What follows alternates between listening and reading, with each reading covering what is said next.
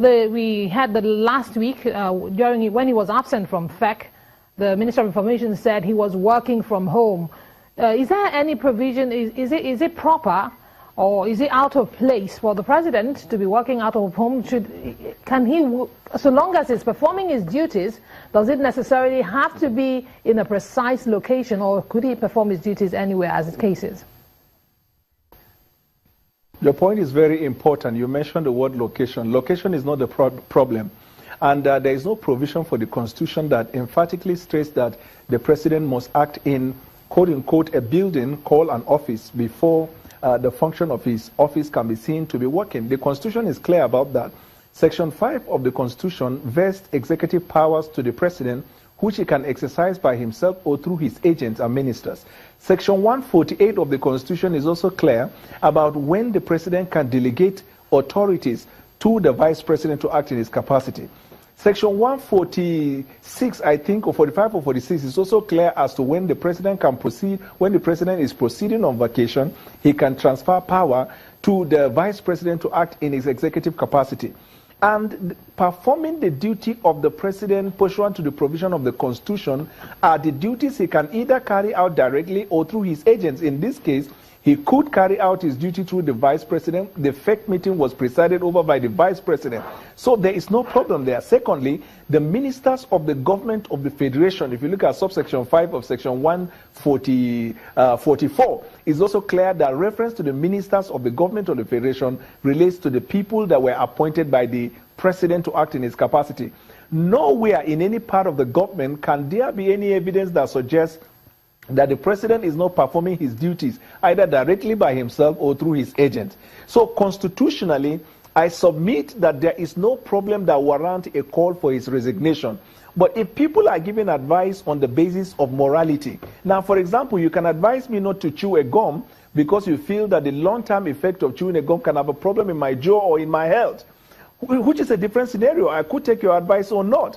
But if you are advising me, for example, not to drive anyhow on the road, there is a problem of both law and morality there. First of all, morally, you're advising me to be careful with my life. But then secondly, if I drive recklessly, I will not only endanger my life, but I will endanger the life of other people. And so there is a road traffic offense in the circumstance. In this case, there is no violation of either the Constitution or any extant law by the President just because the President was unable to attend the FEC meeting or report to office every day. And let me state this, Emana. Everybody can be sick. Nobody is immune from sickness. Nobody is immune from death. It is only God that determines whether you are well or whether you are dead. But while you are alive, if you look at the Constitution, for example, even the procedure for removal of the President on the account of ill health is clear.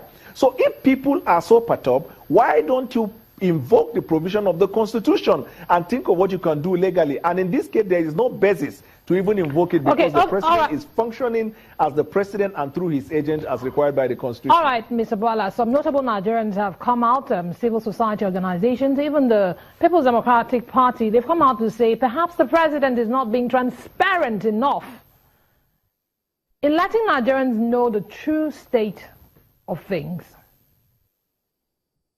Very important point you have mentioned, Emana, and it is important for me at this point to distinguish between the President and his media managers.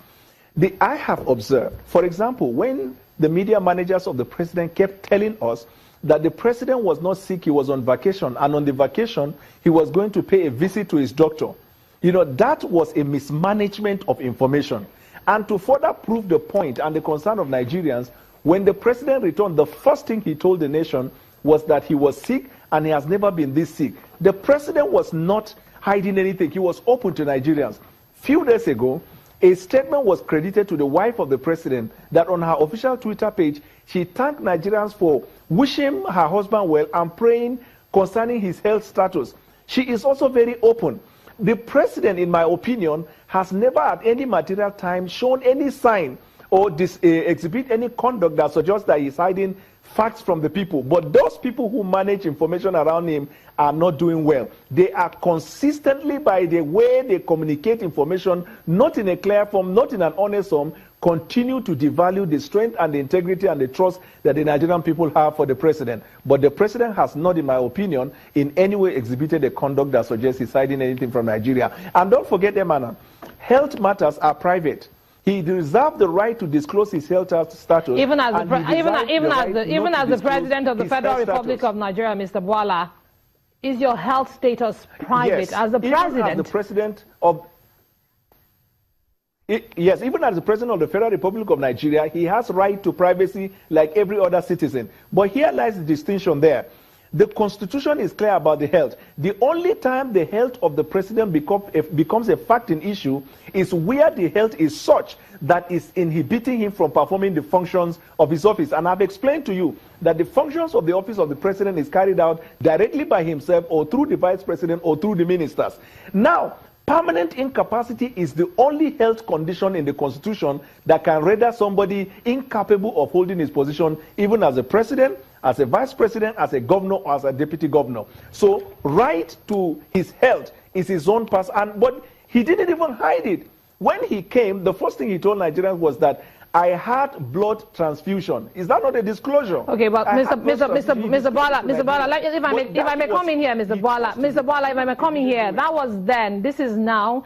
Nigerians have not seen, have not heard from Mr. President, and this issue of information management. What's the guarantee that the truth, the information managers are passing out the truth to Nigerians, and how can the issues be ironed out properly?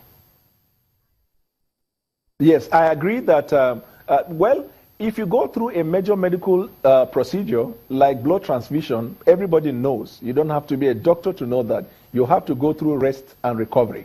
And as soon as that was done, he came. Now, assuming without conceding that the period for the rest would have long ended, I expect at this point, to be honest, that the people who manage information around the president should be as much as possible honest, straightforward with Nigerians. Nigerians do not have anything against the president. Nigerians wish the president well. You need to be in social media to see how people pray for him.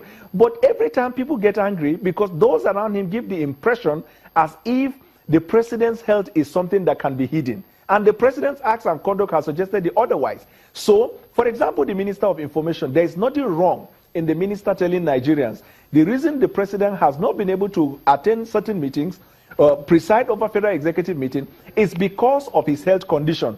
He is required to recover, and when he came, he was also busy doing one or two things, and it is telling on his health. So at this point, we found that it is necessary for him to rest. Just be open with Nigerians. That's all we want.